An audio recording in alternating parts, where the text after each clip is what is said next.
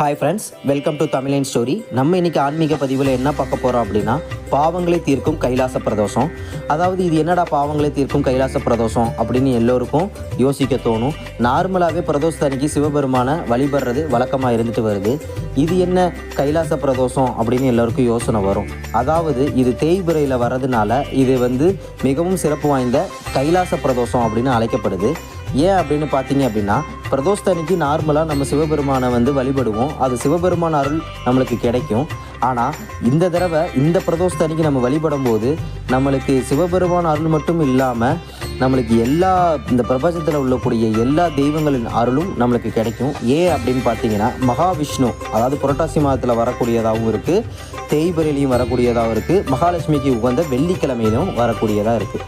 அதனால் சிவபெருமான் அருள் மட்டும் இல்லாமல் எல்லா தெய்வங்களுடைய அருளும் நம்மளுக்கு கிடைக்கும். நாம் செய்த பாவங்களும் இந்த பிரதோஷத்தன்னைக்கு நம்ம சிவபெருமானை வழிபடும் போது நம் பாவங்கள் அனைத்தும் தீரும்.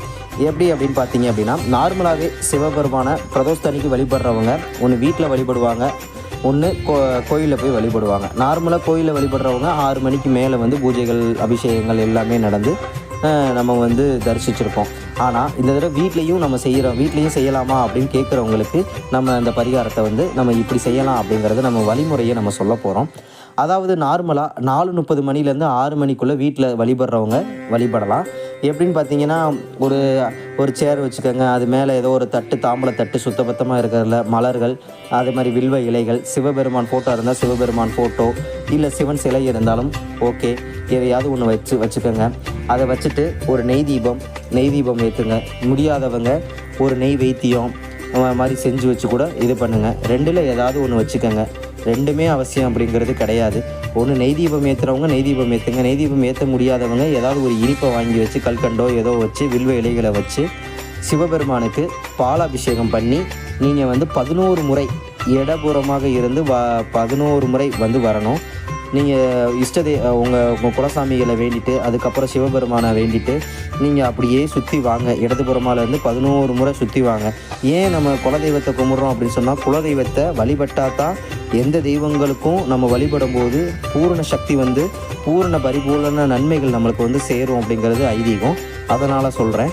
இல்லை நீங்கள் நார்மலாகவே சிவபெருமானை மட்டும்தான் கும்பிடுவீங்க அப்படின்னா நீங்கள் நார்மலாக செஞ்சுக்கோங்க. அதாவது இடதுபுறமாக இருந்து வலதுபுறமாக 11 முறை சுற்றி வரணும். நீங்கள் வேண்டிட்டு பாலாபிஷேகம்லாம் பண்ணிவிட்டு கற்பூர தீபம்லாம் ஏற்றிட்டு வாங்க. இது 4:30 மணிலேருந்து 6 மணிக்குள்ளே பண்ணணும். அப்படி பண்ண முடியாதவங்க கோயிலுக்கு தான் போய் பண்ணணும் அப்படின்னா கோயிலுக்கு போங்க. போயிட்டு நந்தியோட கொம்புக்கு நடுவில் தான் சிவபெருமானை தரிசிக்கணும். தரிசிச்சுட்டு அந்த அபிஷேகங்கள் எல்லாமே நடக்கும். தரிசிச்சுட்டு முடிச்சுட்டு நீங்களும் இடதுபுறமாக இருந்து 11 சுற்றி வாங்க. உங்கள் வேண்டுதல்கள் அனைத்தும் நிறைவேறும். ப்ளஸ் நீங்கள் செஞ்ச பாவங்கள் அனைத்தும் தீரும். இது ஐதீகம். இது புராண காலத்தில் இருந்து நமக்கு இந்த வழிமுறையை செஞ்சுட்டு வராங்க. இதை சில பேர் வீட்லேயும் செய்யணும்னு நினைப்பாங்க. எல்லாருனாலையும் கோயிலுக்கு போய் பண்ண முடியாது. வீட்டில் இருந்து செய்கிறவங்களுக்கு இது நார்மலாக நீங்கள் செஞ்சுக்கலாம். வில்வ இலைகள் முக்கியம். வில்வ இலை சிவபெருமானுக்கு முக்கியம். வேறு எது வைக்கிறீங்களோ இல்லையோ, வில்வ இலைகளை சிவபெருமானுக்கு வச்சு நீங்கள் வழிபட்டு வாங்க. இந்த நாளில் வழிபடும் போது மிகவும் சிறப்பு வாய்ந்ததாக உங்களுக்கு அமையும்.